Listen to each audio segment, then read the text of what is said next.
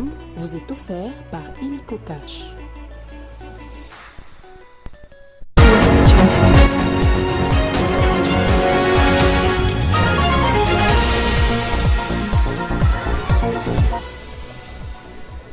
La 11e conférence des gouverneurs de province appartient désormais au passé. Ces assises clôturées ce vendredi avaient une importance particulière dans le contexte de l'implémentation du programme de développement local de 145 territoires, élément fondamental de la politique de décentralisation prônée par le président Félix Tshisekedi. En culture, l'on se souvient encore du chanteur émérite au talent hors pair, figure iconique de la rumba congolaise, Pépé Kale, décédé le 29 novembre 1998. N'Djamena rend son accord de coopération de défense avec la France, une annonce faite juste après la fin de la visite du diplomate français au Tchad. Ravi de vous retrouver pour vous informer. On va à Kalemi où la 11e conférence des gouverneurs des provinces est clôturée cette année. Ces travaux qui ont réuni les chefs d'exécutif ainsi que les présidents des assemblées provinciales revêtaient une importance particulière dans le contexte de l'implémentation du programme de développement local des 145 territoires, pierre centrale de la politique de décentralisation prônée par le président Félix Tshisekedi. Cependant, le programme vise à renforcer les infrastructures, promouvoir les initiatives économiques locales et consolider la paix à travers les territoires de la République démocratique du Congo.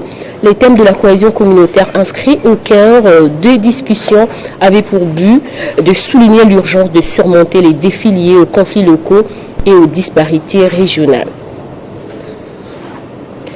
Profitant de son séjour à Mbujimayi où elle a assisté les familles des victimes des démolitions des Bipemba, la ministre des Affaires sociales, Nathalie Azizamounana, a échangé avec les épouses des militaires du Kasaï oriental, une occasion pour elle de les appeler à l'amour du pays et au soutien de leurs époux qui défendent l'intégrité territoriale.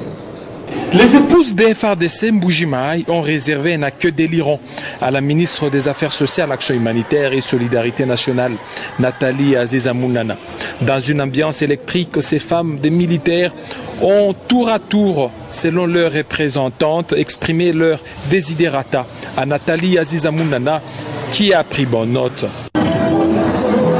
Dans son speech, Nathalie Azizamounana a conscientisé les femmes à la discipline, à l'amour du pays et au soutien de leur époux militaire. Je veux juste vous rappeler la bénédiction que vous avez sur votre terre maintenant. Je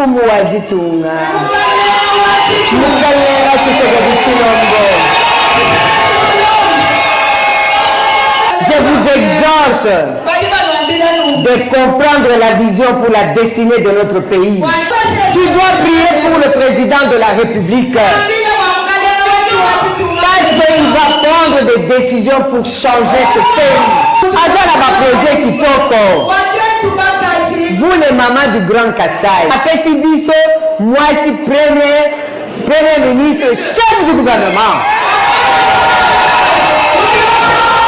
Mais toute autorité vient de Dieu. Il est dans son temps, dans la carte à bénédiction.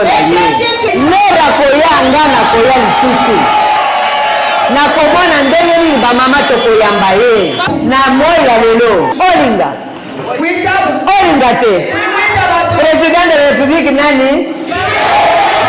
Pour sceller l'activité, la patronne du social a remis à plus de 5000 femmes des pagnes, polos et mouchoirs de tête à la grande satisfaction des bénéficiaires. La satisfaction des femmes et des vulnérables reste la préoccupation majeure de la ministre Nathalie Azizamounana et la priorité du président Félix-Antoine Tshisekedi Tshilombo et du gouvernement Judith Suminwa.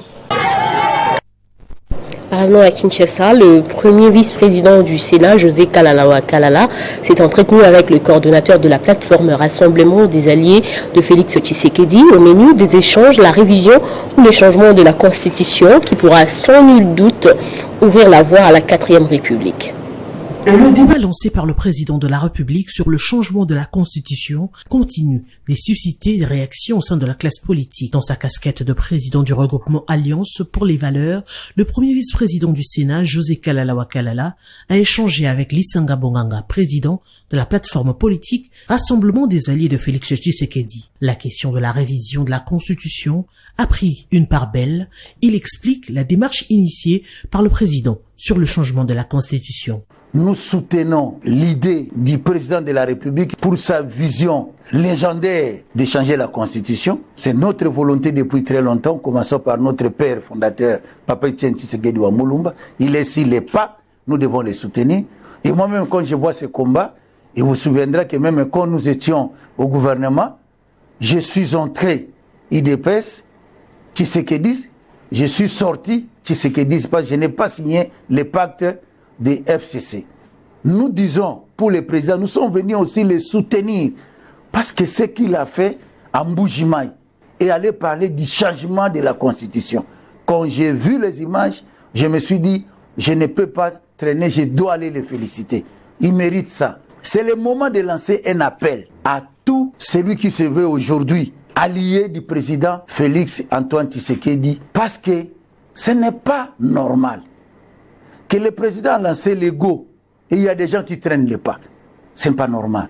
En tant qu'allié du président de la République, l'occasion était belle pour Lisanga Bonganga de remettre au nom de son regroupement politique une déclaration de soutien au chef de l'État dans sa démarche qui pour lui ouvrira sans nul doute la voie à la 4e République. Ancien ministre des Relations avec le Parlement, Jean-Pierre Lisanga Bonganga compte poursuivre cette mobilisation à tous les niveaux. Il compte rencontrer le président des 2 chambres du Parlement pour leur expliquer sa position qui vise à abroger, premièrement, les anciens dispositifs relatifs au changement de la Constitution afin de laisser celle-ci libre de toute modification. L'Alliance des valeurs soutient la démarche du président de la République, celle de la révision ou le changement de la Constitution. Dans une déclaration faite ce vendredi, ce parti politique, l'AV, qualifie l'actuelle Constitution comme étant celle de belligérants. L'Alliance pour les valeurs a suivi avec attention les communications adressées à différentes couches de la population congolaise par son Excellence Félix Antoine Tshisekedi Tshilombo, président de la République et chef de l'État, à Kisangani, Lubumbashi et Kalemi, sur l'impérieuse nécessité d'opérer la révision ou le changement de la Constitution de la République démocratique du Congo, notre cher et beau pays. L'Alliance pour les valeurs note que la Constitution du 18 février 2006, telle que modifiée à ce jour, a été cousue à la mesure des belligérants, soutenus pour la plupart par des puissances étrangères. Cette constitution regorge plusieurs germes qui la mettent en porte-à-faux avec les attentes de la population sur les plans tant politiques, économiques, social que culturels. L'Alliance pour les valeurs relève à ce sujet plusieurs questions qui impactent directement sur la vie de la nation, auxquelles il convient de donner des réponses favorables par la voie d'un référendum constitutionnel en mettant le peuple au centre de toute action qui impacte sa vie. Des conditions d'éligibilité à la magistrature suprême et autres postes de souveraineté, du mode de scrutin capable de refléter la vraie volonté de la population, du mode de désignation des animateurs des provinces et leurs exécutifs. Le parti politique Initiative pour les rêves congolais, parti cher à Gabriel Zagabé, a tenu son tout premier congrès. Plusieurs personnalités ont pris part à 6 assises qui se déroulent sous les thèmes « Préparer la nouvelle génération aux défis systémiques préalables indispensables à la réalisation de 3 R, à savoir Renaissance, Refondation et Restauration ». C'est sous le thème « Préparer la nouvelle génération aux défis systémiques préalables indispensable à la réalisation de 3 aires qu'a vécu le tout premier congrès ordinaire du Parti Initiative pour les rêves congolais. Dans son mot, Gabriel Zagabé, président national de l'IRC, est revenu sur l'objectif de ce parti, symbolisé en 3 aires, avant de donner le goût des activités. Le 3 aires, c'est notre idéal. C'est la renaissance de la nation dans son essence et substance. C'est la refondation de l'État dans ses attributs essentiels pour un État fort. Vous comprenez pourquoi réfléchir sur des questions qui concernent notre devenir est important, est invité, même sous-invité dans notre terre. La restauration de l'être congolais dans sa dimension ontologique et de son identité nationale. La nouvelle génération, à travers ces congrès, fait sa déclaration d'intention, mais c'est aussi la preuve de notre détermination collective à construire un avenir meilleur. Ces assises sont une occasion pour les différents membres de discuter sur les meilleures pratiques pour mobiliser les militants et les engager activement dans les actions du parti pour atteindre les objectifs. Présent à la rencontre, le secrétaire permanent de l'Union sacrée de la Nation, le professeur André Mbata, a appelé les jeunes à plus de responsabilités. Une jeunesse responsable, une jeunesse engagée, c'est également une jeunesse qui réfléchit. Une jeunesse qui sait penser l'avenir de ce pays, qui sait penser le présent, qui sait repenser le passé et qui sait penser l'avenir. Parce qu'au commencement, il faut d'abord cette réflexion-là. Un engagement sans réflexion, c'est un engagement qui ne s'est mené nulle part. L'IRC, qui fait partie de la plateforme Union sacrée de la Nation, se range derrière la vision du président de la République, celle de la refondation de l'État à travers la révision ou le changement de la Constitution. Rendons-nous cette fois dans la commune de Ndjili où les tenanciers des bars et terrasses ont été sensibilisés par le bourgmestre sur le respect strict des dispositions légales concernant l'assainissement et la lutte contre les nuisances sonores qui souffrent encore d'application. Papimbumba Ngalima, qui tient à la vision Kim Ezobonga du gouverneur, a promis une descente sur le terrain pour contrôler. C'est un échange franc et surtout un rappel à l'ordre. Devant les tenanciers des bars et terrasses de sa juridiction, le bourgmestre de la commune de Ndjili, Papi Mbumba Ngaliema, a rappelé les dispositions légales en ce qui concerne l'assainissement et la nuisance sonore. Il était de bonne loi pour moi, aujourd'hui étant bourgmestre de la commune de Ndjili, de rassembler autour de moi tous les tenanciers des bars et terrasses de ma juridiction pour leur remettre un document de travail qui est le 10.003 qui nous parle de l'assainissement de notre milieu, de notre environnement, et le 10.005 qui nous parle de la nuisance sonore. Donc j'ai rappelé à l'ordre tous les tenanciers des bars de Kimbuta cette disposition qui ne souffrira d'aucune contestation.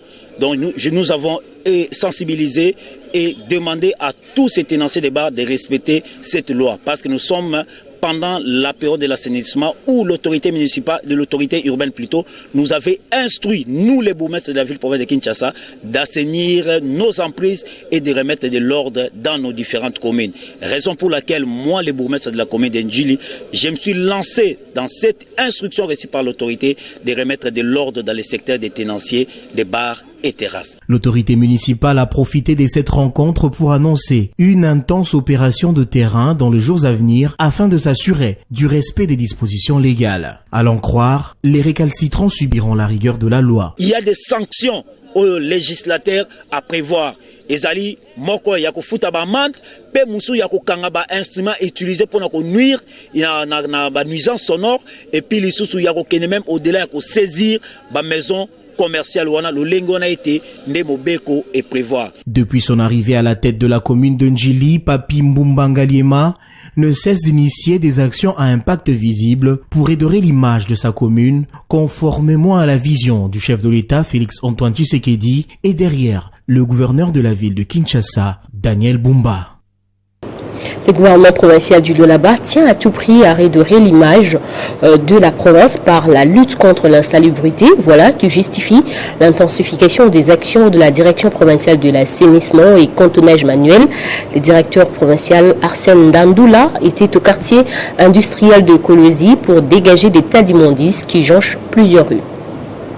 Un environnement sain pour une population saine, c'est le credo du gouvernement provincial du Lualaba à travers le nouveau directeur provincial de l'assainissement et cantonnage manuel de la province, Arsène Ndandoula, qui est descendu ce mardi 26 novembre dans le quartier industriel où un tas d'immondices était entreposé sur une ruelle des plus de 100 mètres reliant l'avenue Mama Yemo à l'avenue industrielle. Source de maladies et d'insécurité pour la population environnante, ces déchets ménagers de plusieurs familles sont jetés ici nuitamment ou aux heures perdues.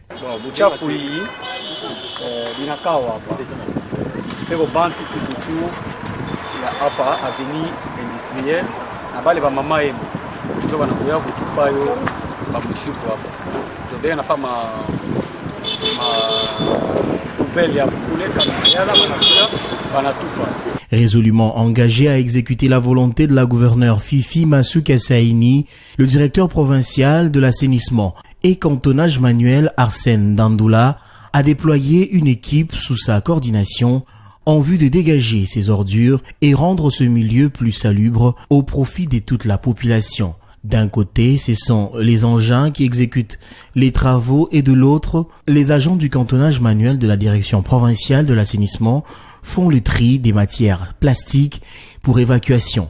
Au bout de plusieurs heures, cette rue est de nouveau propre et fréquentable. Le numéro 1 provincial de l'assainissement, qui n'entend pas baisser les bras, est plus que déterminé à redorer l'image du Lualaba à travers son secteur. Et ces trottoirs ne sont pas faits pour être une décharge. Ça aide aux piétons, aux passagers de traverser d'une avenue à une autre.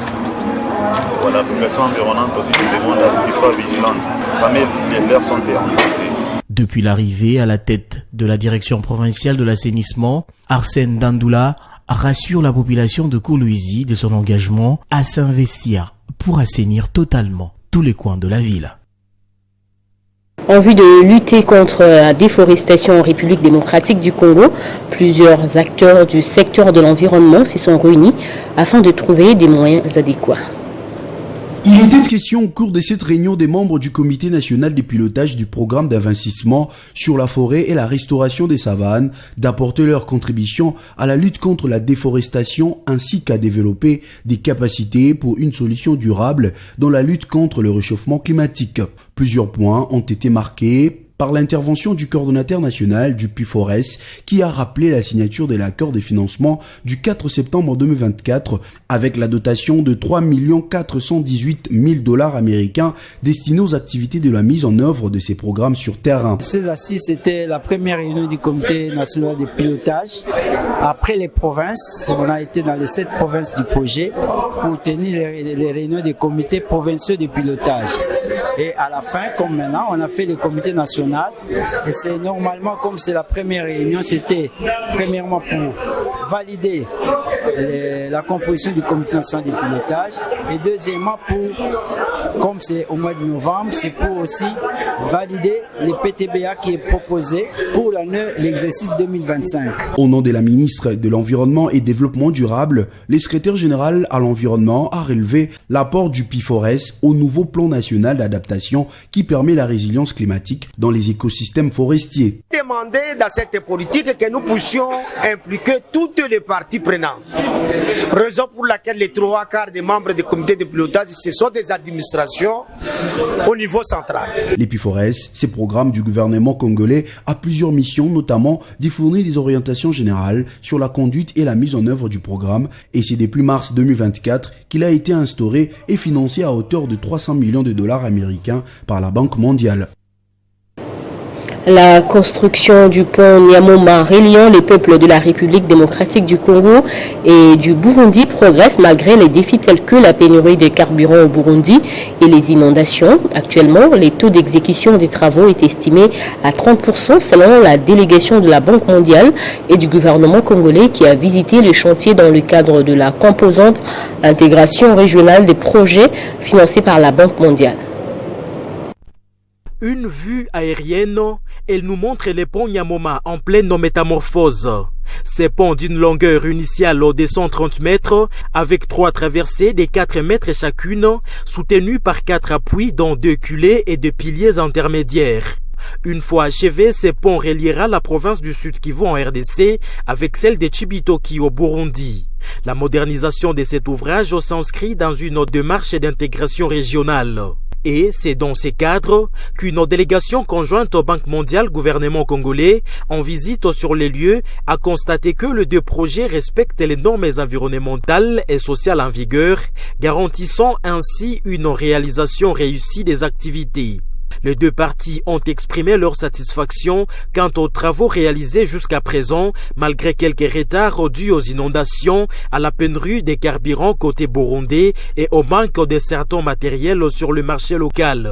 Selon le coordonnateur national du Picagel, une fois ces ponts achevés, facilitera non seulement les commerces transfrontaliers, mais aussi la mobilité de populations locales, renforçant ainsi les liens économiques et sociaux entre les deux pays. Même dans notre protocole d'accord qui nous lie, il est bien indiqué que nous devons faciliter les échanges de biens et de personnes entre nos deux pays, c'est-à-dire le Burundi et la République démocratique du Congo. La supervision des travaux de construction de ces ponts est assurée par le PERDAIGEL, tandis que le Picagel a pris en charge les préalables environnementaux et sociaux, ainsi que la construction de la route reliant les ponts à la route nationale. Nos deux projets, le PERDAIGEL et le Picagel, on a projeté de construire ce pont pour qu'il puisse y avoir l'échange de biens et de services entre les deux pays. Avec le soutien continu de la Banque mondiale et l'engagement des gouvernements de ces deux pays, le pont de Nyamoma est en bonne voie pour devenir un catalyseur pour le développement et la prospérité dans la région des Grands Lacs. La demande d'une maison par Bobi Ladawa ne devrait pas être comprise comme une sorte de mendicité. Propriétaire de plusieurs maisons à travers la République, la femme du maréchal Mobutu ne pouvait pas manquer de toit si tous les biens de son défunt mari n'avaient pas été spoliés. Aujourd'hui, bien plus qu'une revendication, il s'agit pour l'ex-première dame d'une question de dignité pour elle et pour son défunt époux. Navandi pembeni na président Mobutu pendant 17 ans. Bongana kila kola na hotel te nazana ndako kuna kisala te na gbado nazana ndako te na kena kuna kola la wapi.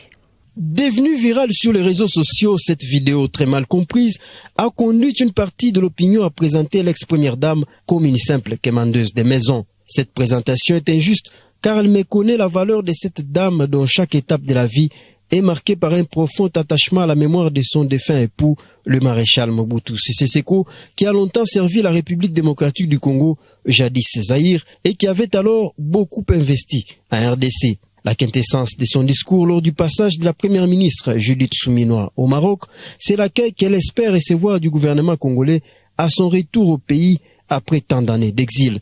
Son défunt mari ayant laissé beaucoup de maisons presque partout en RDC, mais qui sont toutes spoliées aujourd'hui par des expatriés, avec le soutien de certains politiciens déterminés à effacer la mémoire de Mobutu en arrachant à sa famille tout ce qu'elle possédait, l'ex-première dame Bobi Ladawa ne peut nullement manquer une résidence au Congo.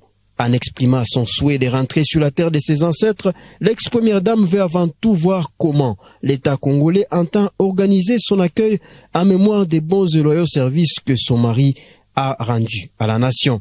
Ensuite, dans quelle maison va-t-elle loger alors que tous les biens acquis à la sueur du front du maréchal sont déjà spoliés? À son retour au pays, maman Bobi Ladawa entend sûrement rencontrer le chef de l'État Félix-Antoine Tshisekedi Tshilombo pour lui citer nommément des personnes impliquées dans la spoliation des biens du feu maréchal Sese Seko. Son combat est donc bien plus grand que celui de la réclamation d'une maison. Il s'agit de la réhabilitation, de la préservation de l'héritage d'un homme qui a marqué l'histoire de ce pays 32 ans durant. Il y a donc lieu que l'État rende justice à cette femme qui souhaite rentrer au pays en lui restituant ces biens que les spoliateurs se sont partagés et faciliter ainsi son retour et celui de la dépouille du maréchal avec dignité, un combat qu'elle mène obstinément depuis près de 3 décennies maintenant. Deuxième jour de la semaine mondiale de l'emploi et de l'entrepreneuriat consacrée aux outils et mécanismes de financement des entrepreneurs en RDC, tenu par l'Agence nationale de développement de l'entrepreneuriat congolais dans la maison de l'entrepreneuriat dans la commune de Limete. Les participants bénéficient de l'encadrement, la formation ainsi que d'une opportunité de réseautage et d'information.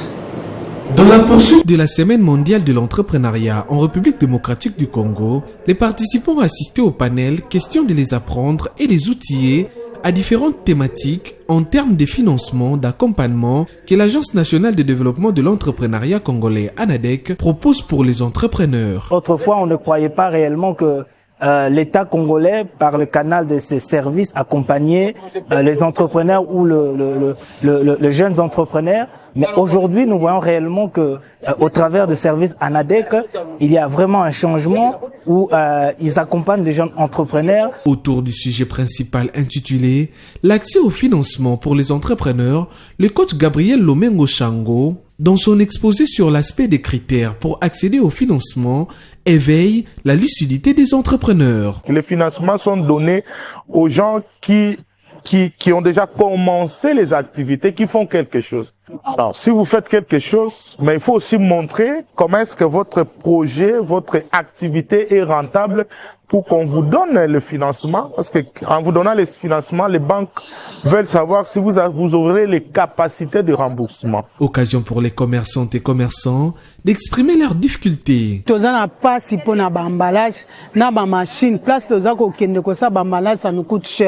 Les attentes sont que les entrepreneurs accèdent au financement, créent les emplois, créent des richesses pour que les pays se développent. L'ANADEC, sous le leadership du professeur Godefroy Kizaba, reste donc déterminé dans sa vision d'une institution de référence dans l'encadrement des petites et moyennes entreprises pour un entrepreneuriat congolais plus compétitif. La direction la Foire internationale de Kinshasa pour parler de la clôture de l'année académique 2023-2024 à l'École nationale du cadastre et des titres immobiliers, une activité couplée avec celle de la collation des grades académiques.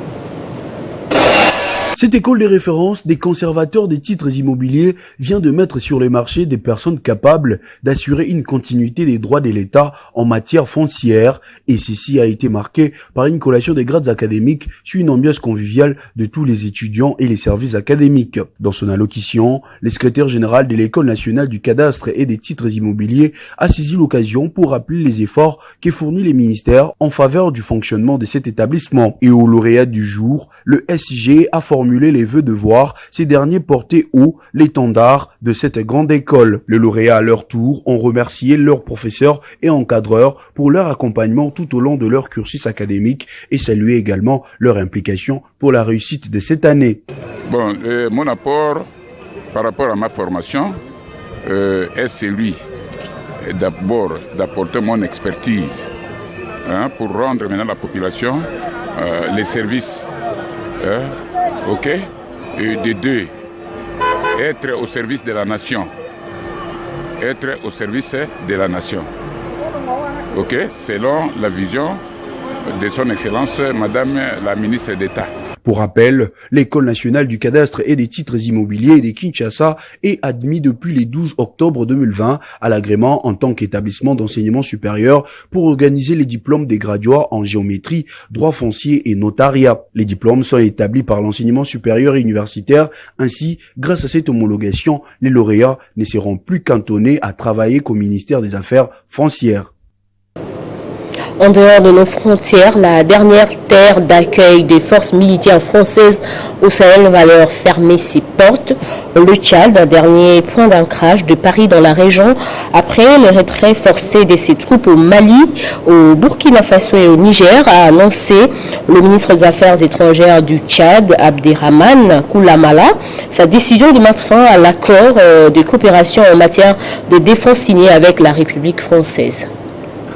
Cette décision a été prise après une analyse approfondie et marque un tournant historique, a souligné Abderrahmane Koulamala dans son communiqué après 66 ans de la proclamation de la République du Tchad. Il est temps pour le Tchad d'affirmer sa souveraineté pleine et entière et de redéfinir ses partenariats stratégiques selon les priorités nationales, a-t-il ajouté. assurant que la visite de Jean-Noël Bernaud, ministre des Affaires étrangères française, avait par ailleurs permis de renforcer les relations bilatérales à tous les niveaux. Menacés par des offensifs rebelles, Déby père avait pu compter sur l'appui de l'armée française pour repousser celle-ci en 2008 puis en 2009. Ce n'est pas une rupture avec la France comme le Niger ou ailleurs, a assuré Abderrahmane. Le Tchad, conformément aux dispositions de l'accord, s'engage à respecter les modalités prévues pour sa résiliation, y compris les délais des préavis, précisent les communiqués ministériels qui n'évoquent pas des dates de retrait des troupes françaises, une date qui n'a rien d'un hasard, marquant également le 66e anniversaire de la proclamation de la République du Tchad. En culture, chanteur émérite au talent hors pair, figure iconique de la rumba, Pépé Calé rejoignait les étoiles le 29 novembre 1998, 26 ans depuis sa disparition qui aura provoqué une onde de choc. Le monde de la musique se souvient d'un monstre sacré africain des années 70, 80 et 90. Alors qu'il s'apprêtait à célébrer son 45e anniversaire le 30 novembre, nous sommes en 1998, l'éléphant africain et de la rumba congolaise, Pépé Calé s'est éteint la nuit du 28 au 29 novembre, emporté par une crise cardiaque.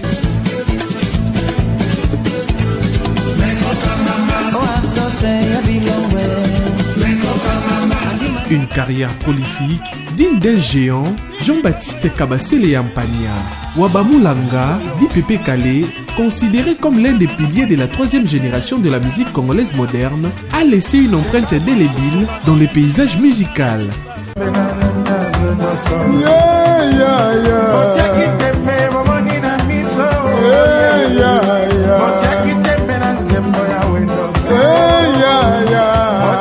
« 26 années se sont écroulées depuis ces jours tragiques, mais l'héritage de Pépé Calé, leader de l'orchestre Empire Bakuba, co-créé en 1972 avec ses compères, résonne encore dans le cœur des mélomanes.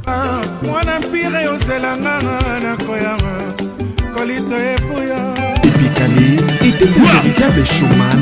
À chaque concert, il savait captiver et marquer les esprits grâce à son énergie, sa présence scénique et son charisme indéniable à travers des chansons à succès telles que Zabolo, Mama Likindaya, Tika Makanisi, Nina et autres. Pépé Calé a exalté l'amour de la patrie, les richesses culturelles, les potentialités économiques du pays, l'esprit des familles, la fidélité dans les relations humaines, la douleur de la séparation et le sens du devoir pour la jeunesse.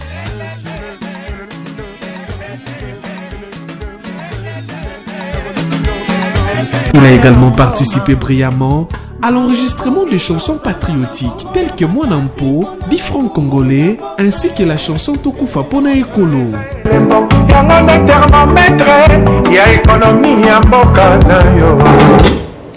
Avant de se quitter, on prend le rappel des titres.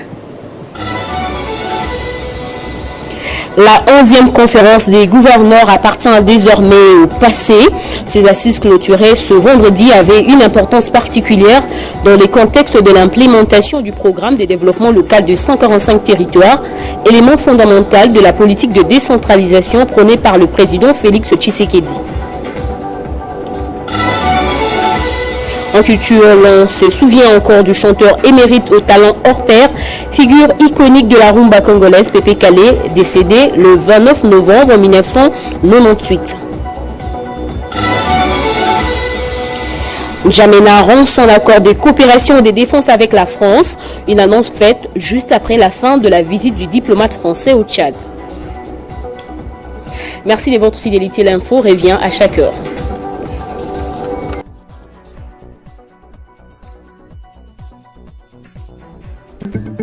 Retrouvez toute l'actualité en continu sur www.tele50.cd.